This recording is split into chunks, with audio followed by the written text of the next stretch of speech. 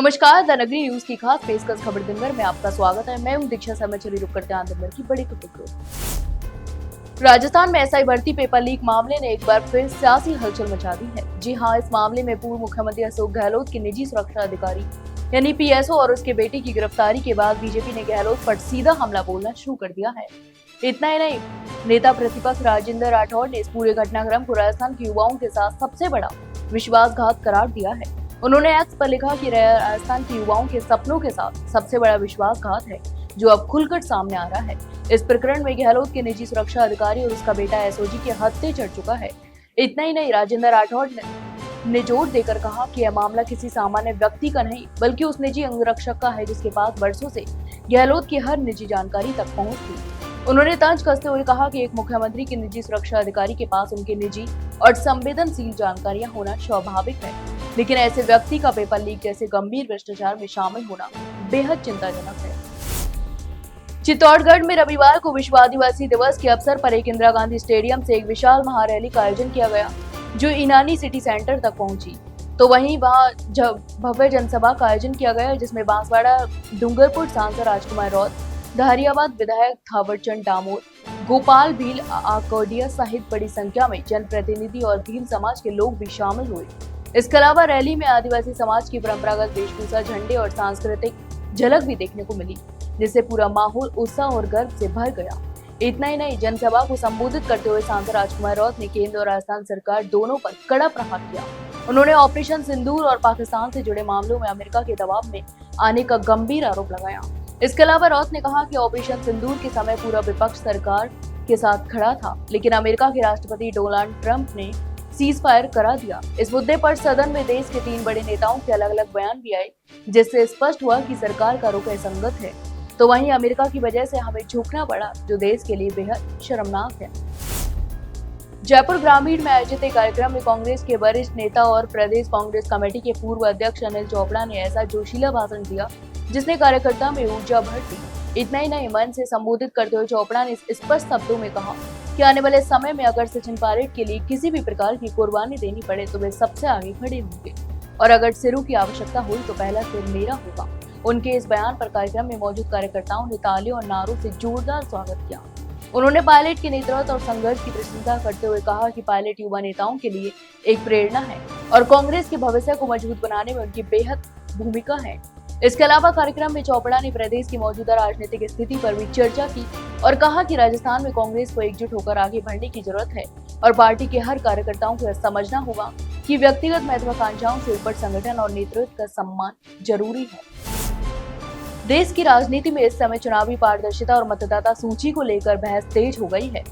इसी क्रम में नेता विपक्ष और कांग्रेस सांसद राहुल गांधी ने वोट चोरी के मुद्दे पर बड़ा बयान दिया। उन्होंने कहा कि वोट चोरी की सच्चाई देश के सामने आ चुकी है। ये लड़ाई राजनीतिक नहीं है बल्कि संविधान को बचाने की लड़ाई है। यह एक व्यक्ति एक वोट की लड़ाई है और इसके लिए हमें साफ और निष्पक्ष वोटर लिस्ट चाहिए। इसके अलावा उनके इस बयान को विपक्षी दलों और चुनाव पारदर्शिता की मांग करने वाले संगठनों ने भी समर्थन दिया है। इसके अलावा राहुल गांधी ने अपने बयान में साफ कहा कि देश का लोकतंत्र तभी मजबूत हो सकता है जब हर नागरिक का वोट बिना किसी गड़बड़ी के गिना जाए। यहाँ तक कि उन्होंने आरोप लगाया कि कई चुनावों में फर्जी वोटिंग, मृत व्यक्तियों के नाम पर वोट और मतदाता सूची में गड़बड़ी के गंभीर मामले भी सामने आए हैं। उनके अनुसार यह न केवल लोकतांत्रिक अधिकारों का हनन है बल्कि संविधान के मूल सिद्धांतों के खिलाफ भी माना जा रहा है। झुंझुनू में मुख्यमंत्री बजलाई शर्मा और केंद्रीय कृषि मंत्री शिवराज सिंह चौहान ने आयोजित भव्य समारोह में देश भर की किसानों के लिए प्रधानमंत्री फसल बीमा योजना के तहत 3,200 करोड़ रुपए की बीमा क्लेम राशि जारी की। यह राशि रबी सीजन 2024 से 25 एवं खरीफ सीजन 2024 की पहली किस्त है, जिसे डीबीटी यानी डायरेक्ट बेनिफिट ट्रांसफर के माध्यम से किसानों के खातों में सीधा ट्रांसफर किया गया। जी हाँ, इस अवसर पर कृषि मंत्री किरोड़ीलाल मीणा, प्रभारी मंत्री अविनाश गहलोत और राज्य मंत्री भागीरथ चौधरी सहित कई गणमान्य नेता भी मौजूद रहे। तो वहीं कार्यक्रम में सीएम और केंद्रीय कृषि मंत्री का भव्य तरीके से स्वागत किया गया। इसके अलावा मंच से कृषि मंत्री किरोड़ीलाल मीणा ने कहा कि राज्य में नकली खाद बीज बनने वालों के खिलाफ सरकार ने सख्त रुख अपनाया है। तब तक नकली खाद और बीज का बड़ा जखीरा पकड़ा गया है और इस संबंध में कई एफआईआर भी दर्ज की गई हैं। जयपुर में सोमवार को मुख्यमंत्री कार्यालय ने सीएमओ को बम से उड़ाने की धमकी मिलने से हड़कंप मच गया। इतना ही नहीं, पुलिस कंट्रोल रूम पर दोपहर करीब 12:30 बजे आईफोन में आरोपी ने खुद को धमकी देने वाला बताते हुए कहा कि वह सीएमओ को बम से उड़ाने वाला है। इसके अलावा सूचना मिलते ही सीनियर अधिकारियों को अलर्ट किया गया और मौके पर सभी एजेंसियों ने सर्च ऑपरेशन भी चलाया। हालांकि कोई संदिग्ध वस्तु नहीं मिली। तो वहीं डीसीपी साउथ राजश्री राज के अनुसार साइबर टीम ने धमकी देने वाले नंबर की लोकेशन ट्रेस की और आरोपी को झुंझुनू से गिरफ्तार कर लिया। इसके अलावा 70 वर्षीय आरोपी नशे का आदी बताया जा रहा है। उसे जयपुर लाकर पूछताछ भी की जाएगी। बता दें कि यह कोई पहला मामला नहीं है। इससे पहले 26 जुलाई को भी सीएमओ और जयपुर एयरपोर्ट को बम से उड़ाने की ईमेल धमकी मिली थी, जो बाद में झूठी निकली। इसके अलावा पिछले कुछ महीनों में जयपुर में कई बार बम धमकी के मामले भी सामने आ चुके हैं। राजस्थान में पिछले 24 घंटे के दौरान मौसम ने अलग अलग तरह का मिजाज देखने को मिला।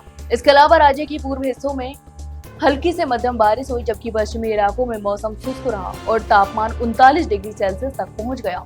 तो वहीं मौसम विभाग के अनुसार 12, भरतपुर, दौसा, सीकर और झुंझुनू जिले के कई हिस्सों में बारिश भी दर्ज की गई। इनमें सबसे अधिक वर्षा 12 जिले के अटरू में 50 मिमी हुई। इसके अलावा 12 के छबड़ा में 5 मिमी, दौसा के बांदीकुई में 18 मिमी, भरतपुर के डीग में 2 मिमी, जयपुर के आंधी में 2 मिमी, कोटपुतली में 3 मिमी, झालावाड़ के खानपुर में 6 मिमी और झुंझुनू के उदयपुर भाटी में 8 मिमी, करौली के हिंडौन में 10 मिमी, अलवर के नीमराणा में 3 मिमी और सीकर के लक्ष्मणगढ़ में 6 मिमी और नीमका थाना में 5 मिमी बारिश दर्ज की गई।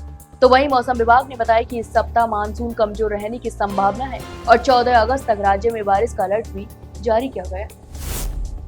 उदयपुर के डबोक इलाके में 7 साल की मासूम के साथ हुई दरिंदगी ने पूरे शहर को दहला दिया है। तो वहीं जानकारी के अनुसार घटना के बाद पुलिस ने तुरंत कार्रवाई करते हुए आरोपी को गिरफ्तार कर लिया।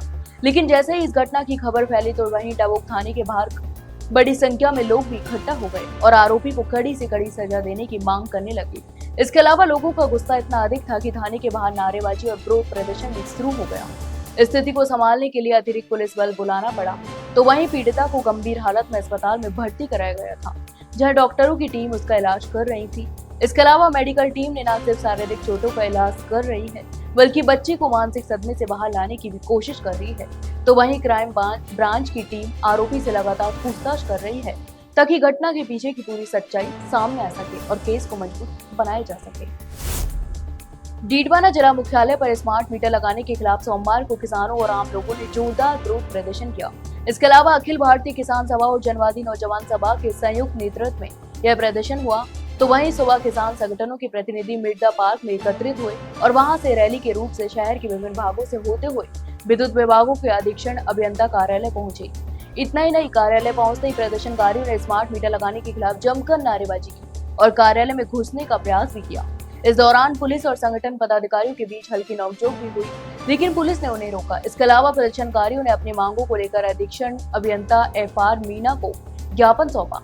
तो वहीं ज्ञापन में आरोप लगाया गया है कि राज्य सरकार ने एक ब्लैक लिस्टेड निजी कंपनी को स्मार्ट मीटर लगाने का टेंडर दिया है। तो वहीं किसानों और आम उपभोक्ताओं को जबरदस्ती स्मार्ट मीटर लगाए जा रहे हैं, जिससे बिजली बिल के साथ साथ नई सर्विस चार्ज का बोझ भी बढ़ जाएगा। 12 में जमायत इस्लामी हिंद मांगरोल और स्टूडेंट इस्लामिक ऑर्गेनाइजेशन यानी SIO यूनिट मांगरोल के संयुक्त तत्वाधान में पर्यावरण जागरूकता अभियान के तहत एक भव्य रैली का आयोजन किया गया। इस रैली का उद्देश्य स्थानीय लोगों को पर्यावरण संरक्षण के तहत महत्व से अवगत कराना और प्रदूषण के बढ़ते खतरे के प्रति सचेत कराना था। तो वहीं इस रैली की शुरुआत करबला मैदान से हुई, जो सुभाष सर्कल तक उत्साह और जोश के साथ निकाली गई। इस दौरान स्कूली बच्चों ने हाथ में बैनर और पोस्टर लेकर पर्यावरण बचाओ जीवन बचाओ जैसे सशक्त नारे लगाए। उनकी ऊर्जावान आवाजों ने पूरे मार्ग पर मौजूद लोगों का ध्यान खींचा और उन्हें पर्यावरण की रक्षा के लिए प्रेरित भी किया। इसके अलावा कार्यक्रम में Madrasa Islamia Suilawan, Iqra public school, Jamia educational academy और राजस्थान चिल्ड्रन स्कूल के लगभग 300 छात्रों ने सक्रिय भागीदारी की। तो ये थी दिन भर की तमाम बड़ी खबरें। कल फिर आपके साथ रूबरू होंगे, तब तक के लिए नमस्कार।